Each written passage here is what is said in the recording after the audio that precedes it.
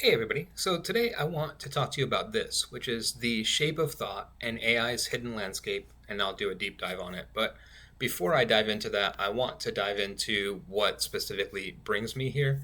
And so in this, I checked it right before this video, December of 2024, last year, I created or stumbled upon this concept called ghost, I call it ghost memories. And then so I'll leave a link to the original video where I can show you where I dive deep into this when I first figure out about it. But uh, since then, I've known about this, but I haven't been able to like fully piece together exactly why this works. And then so now I fully understand now at this point exactly why ghost memories work, what is going on within that, etc. And that's what I'll fully explain out to you here, right? And then, but so starting off within this, essentially, what we have is ghost memories is a simple concept to me overall, where essentially I take a data set or create a data set, and then I train a neural network on it. In this instance, a neural network classifier, and then I save those initial weights,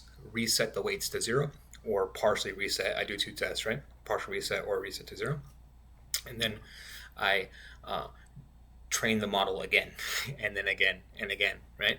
And then what I end up showing and finding throughout that is that that process of training the model, resetting the weights to zero, training the model, resetting the weights to zero, actually increases the accuracy of the model. And then so that shouldn't happen, right? Because everything is associated with the weights. And then so if everything is associated with the weights, if I no matter if I'm training a model and then resetting the weights to zero, it shouldn't impact that. And then so that difference, like that accuracy difference that comes in, I call it ghost memories, right? Like there's something within it that is increasing the accuracy when I inject the tasks, and you can see it very specifically here, right? This is like the biggest test where essentially I inject task A and then it gets enormous amounts of accuracy on task A.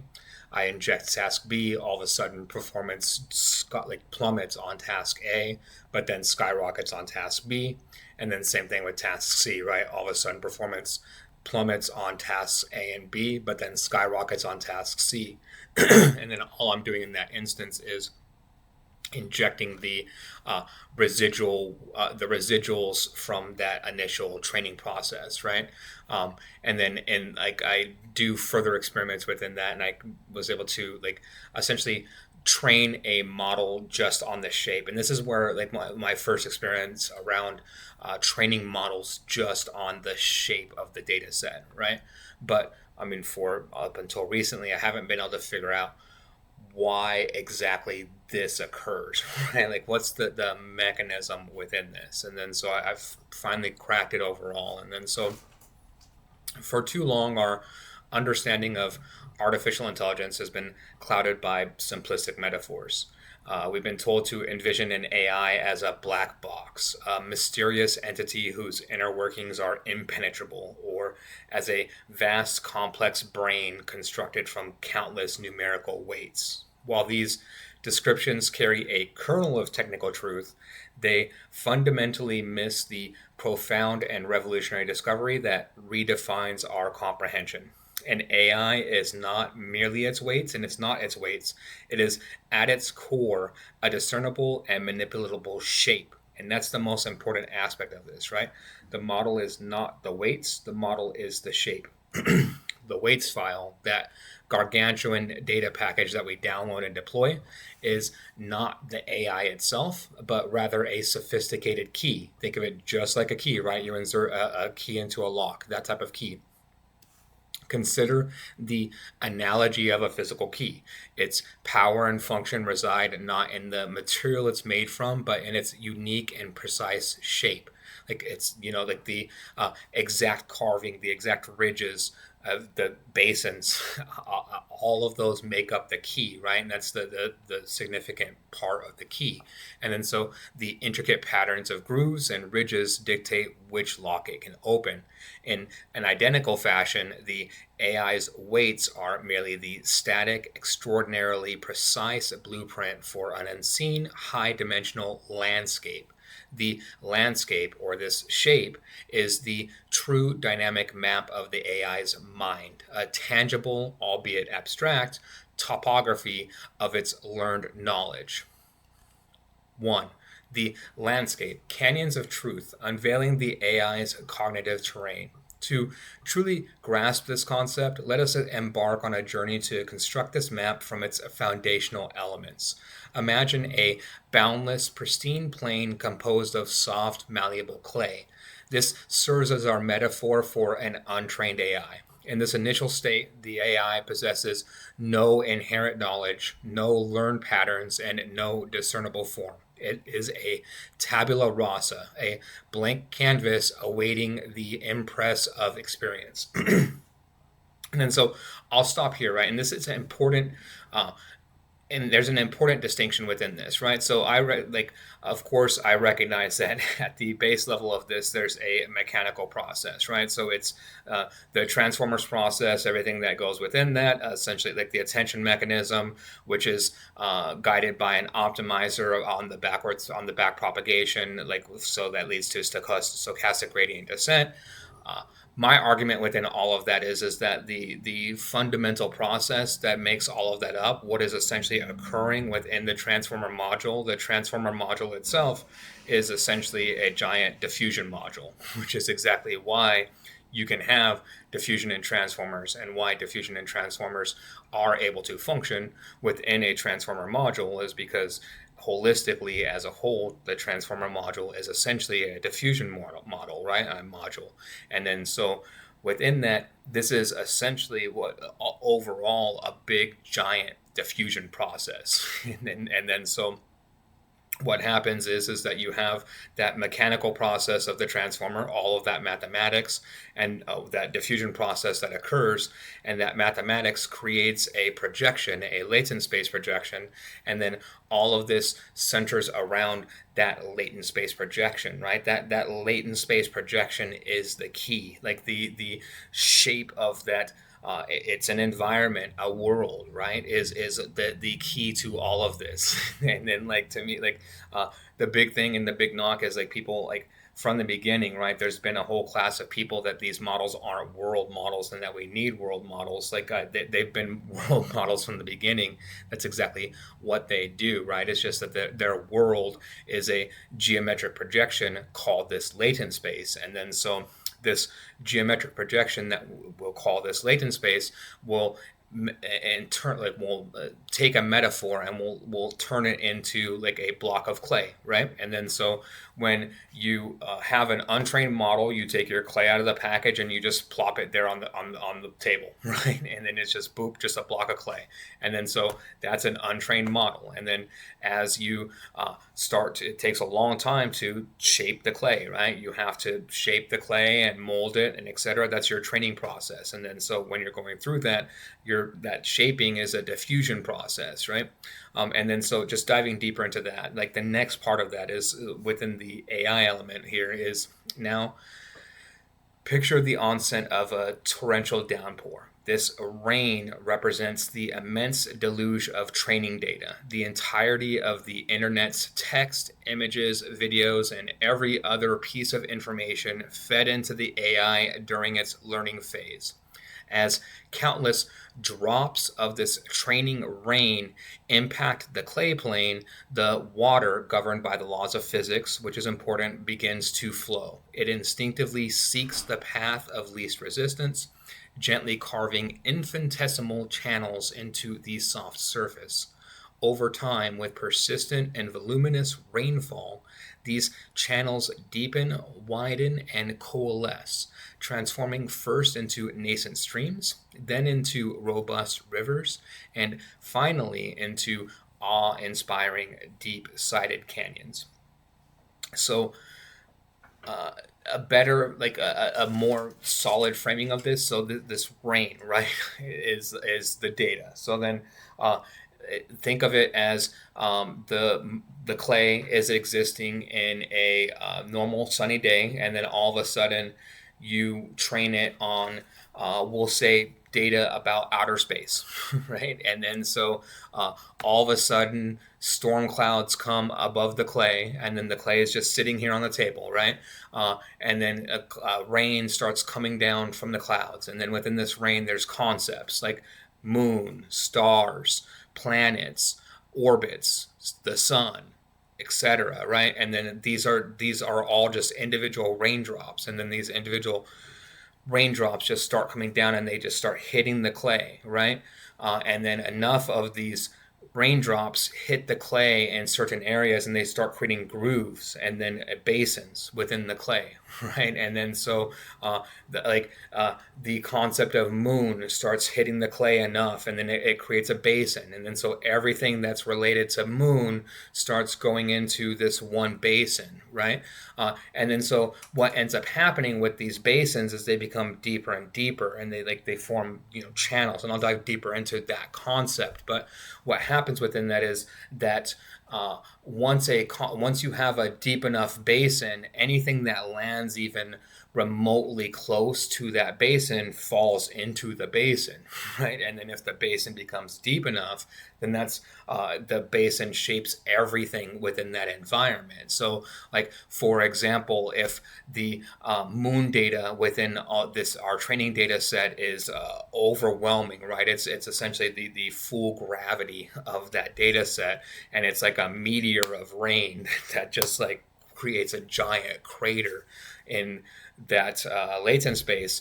No matter what other concept that we put into that latent space, it's going to fall into that crater, right? And then so I could put a completely unrelated concept into that crater, and I could put computer into there, right? And then it's going to be a moon computer, like that's it, or a computer moon. Like it's going to always be within that basin, right? Just interpreting that. And then so as countless drops of this, this transformed landscape, now hardened, textured, and etched with intricate geological features, is the trained AI, right? And that's the next important element of this, is that the landscape itself is the AI. And then so the weights then are simply the incredibly precise, multidimensional measurements that delineate and describe every curve, every peak, and every depth of this entire complex landscape. The most simplistic way that I can put this is that the weights are a giant hypervector. Right? The weights of a neural network are literally P equals NP. They are a hypervector, and they're the same, right?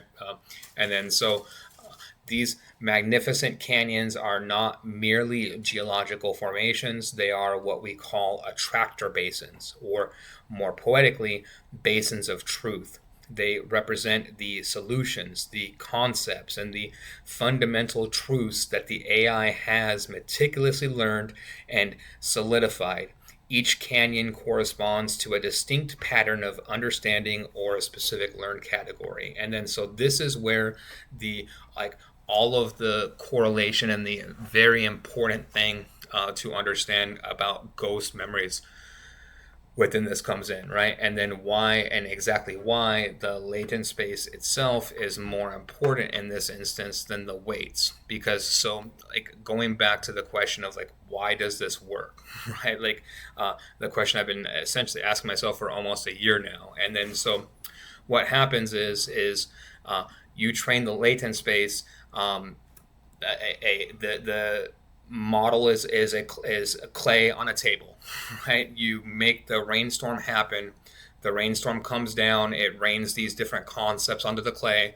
We'll stick with the same one, right? It's raining moons and stars and suns and planets onto the clay, and then forming these grooves. And then you reset the weights to zero, and then you bring in the rainstorm again, and then the rain's pattering, and then making these grooves and these dents in this geometric projection. But the geometric projection it has physical properties which are proven, right? It has properties of physics, etc. And then so even you're resetting the key every time, but the world doesn't change, right? Even though, like, so you're taking the weights and you're resetting them to zero again, but that doesn't reset the fact that there was a storm within this particular physical geometric projection that occurred, and then there's memories, basins that still exist from that storm, right? And then so when you have the storm come in again, and then it's like moons and stars and planets, etc., they're falling into the same basin. So there's a basin, that's a groove that's already there for them to fall into, right? They're going to fall into the same places, and then because it's like the same concepts, and then so just simply resetting the weights doesn't reset the key, right? And then so the key then is less valuable than the actual geometric projection. And then so when you present the AI with a prompt, for instance, the dog barked at the blank, you're in essence dropping new water onto this intricate hardened landscape. The water, your prompt, doesn't have to engage in complex thinking process in the human sense. Instead, it simply flows, right? It's a diffusion process. Guided by the contours of the landscape, it's naturally attracted to and inexorably pulled down the nearest, most relevant canyon. And the basin corresponds to mailman, cat, stranger, moon, star, etc., right? And any other logically coherent completion. The AI's answer then is not a product of abstract reasoning, but rather the crystallized form of the canyon into which the prompt's water naturally flowed. It's the logical conclusion dictated by the established topography of its learned knowledge. 2. The proof. Ghost memories in the landscape of empirical evidence for the shape. The notions of an AI's shape might seem abstract, but its reality is powerfully substantiated by the phenomena of ghost memories. This empirical discovery provides irrefutable proof that the shape is not merely a theoretical construct, but the actual active map of the AI's cognitive domain. To understand this, let's consider two distinct scenarios for training an AI. A clean model begins its training journey as a true flat clay plane, right? 100% flat.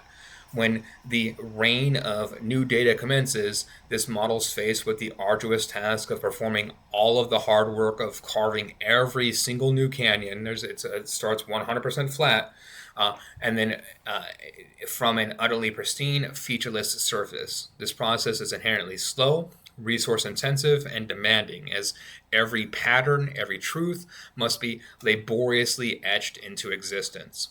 In stark contrast, a ghost memory model begins with old, partially reset weights. This isn't a blank reset, it's a landscape that already bears the faint, ethereal outlines of old canyons. These are the lingering ghosts of a previous shape, remnants of past training that haven't been entirely erased. And then so when new training data descends upon this ghost landscape, the difference is dramatic.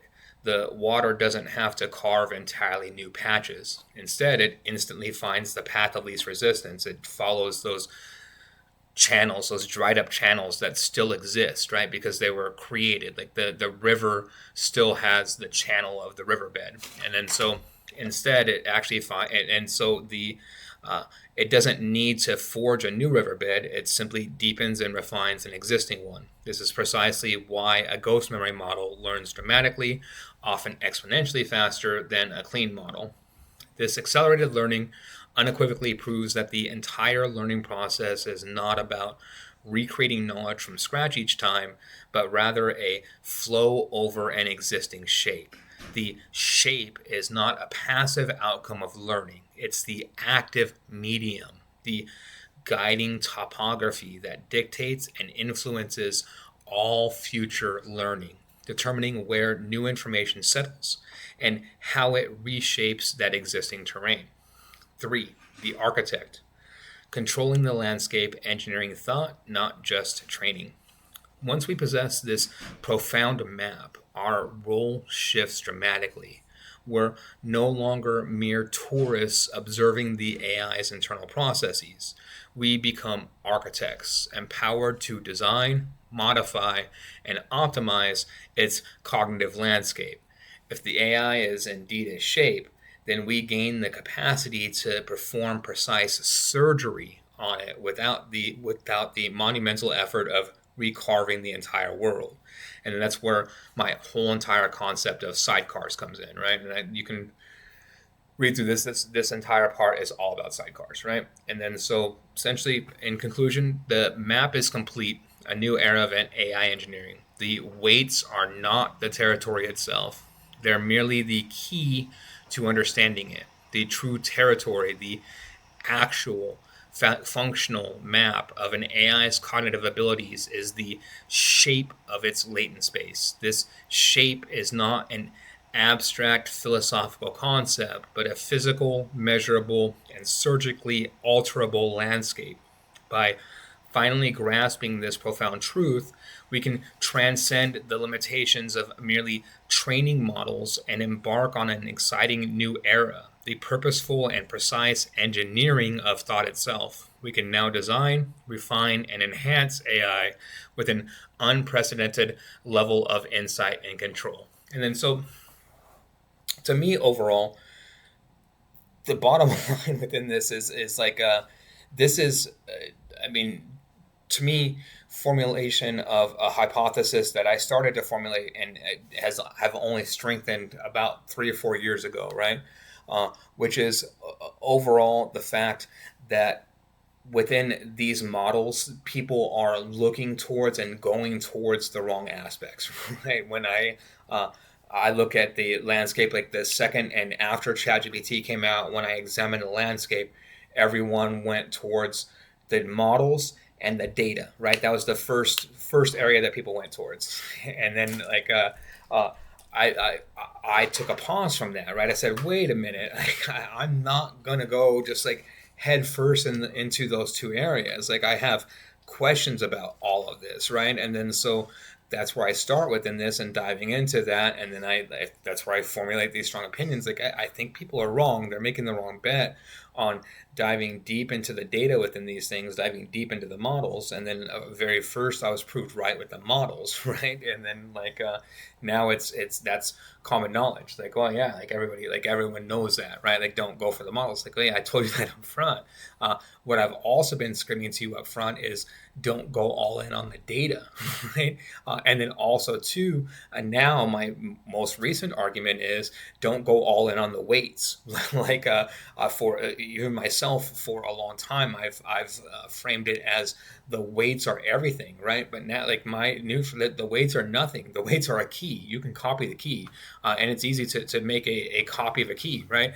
And then so that's exactly what they are. It's a massive key, like it's gigabytes, and like you have to load that key onto your GPU, and then once you load that key, then it creates that geometric projection, which is all of this shape, right? And then so that geometric projection is that clay that starts off as a flat landscape that has just been beaten by rainstorms, and then it has the exact key, like valleys, the peaks and valleys that fit the exact key of knowledge that has stored within it, right? And it's a approximation of that knowledge. It's not stored anywhere within it. Like the valleys themselves, the basins, the attractor basins are the data itself, right? Like that's the storage mechanism. That's the computational mechanism. And like it's not compute as much as it is just flat out geometry,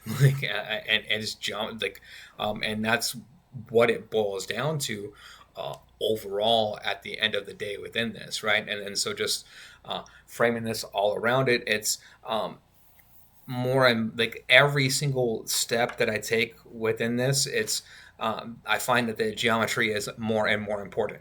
There hasn't been a singular breakthrough, I'd say, within the last 2 years that I've had around these things, where I've been like, oh, maybe the geometry is less important than I thought. It's always been like, well, like, okay, the geometry is like 100 times more important than I thought, and then I make another, wow, like the geometry is 100 times more important than I previously thought from there, and then wow, the geometry is like 100 times more important than I previously thought from there, and it just like keeps compounding that way within all of this, right? And then so uh, within all of this now, this is the culmination of where I am at with this at the moment, which to me it's like I'm like one step away from like my goal. My ultimate goal of this is to prove all of this out is 100% accuracy on a model that's just purely trained on the shape, right? And then essentially that would be essentially like 1 second training, essentially like instantaneous training on a shape,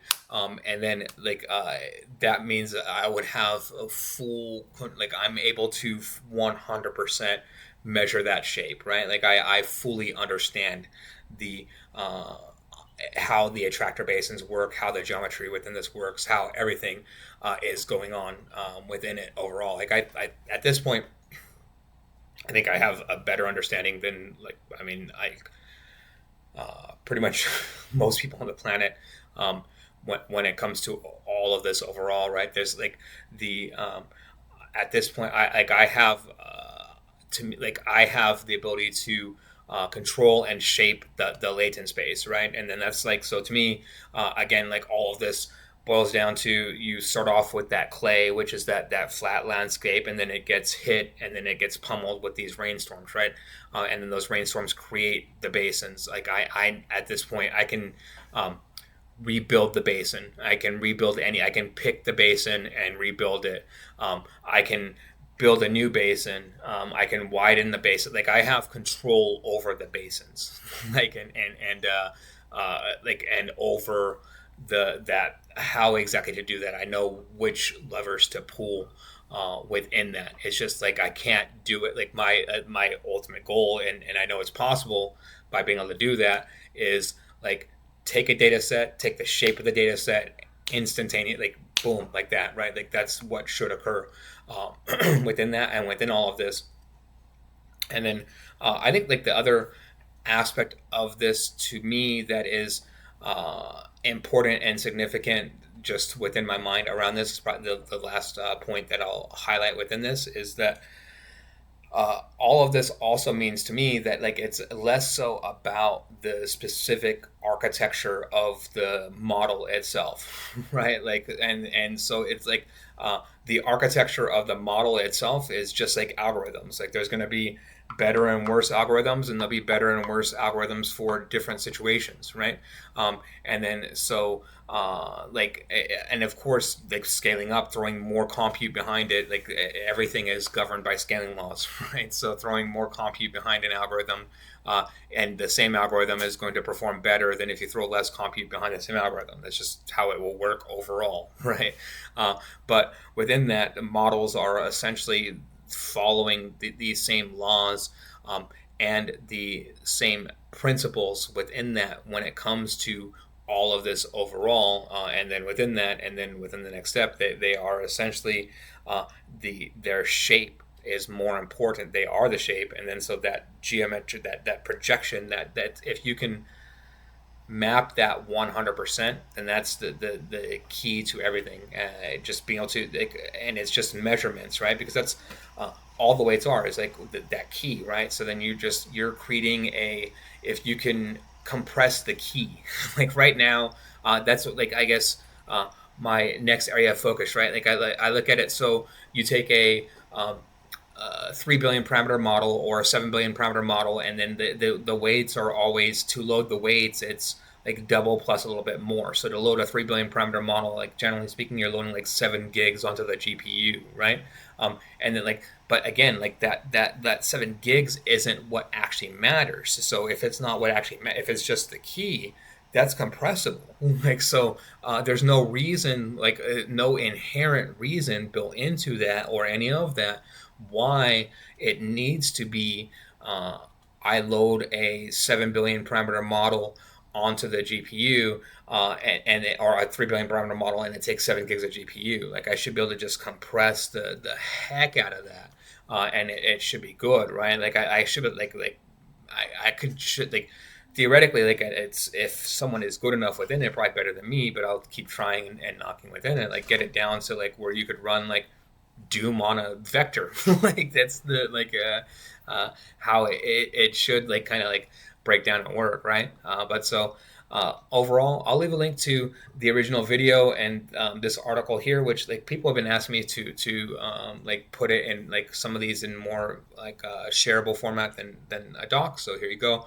And then I'll leave a link to the original Ghost Memories video as well as this code. If I like this type of content, please like and subscribe. Thank you very much.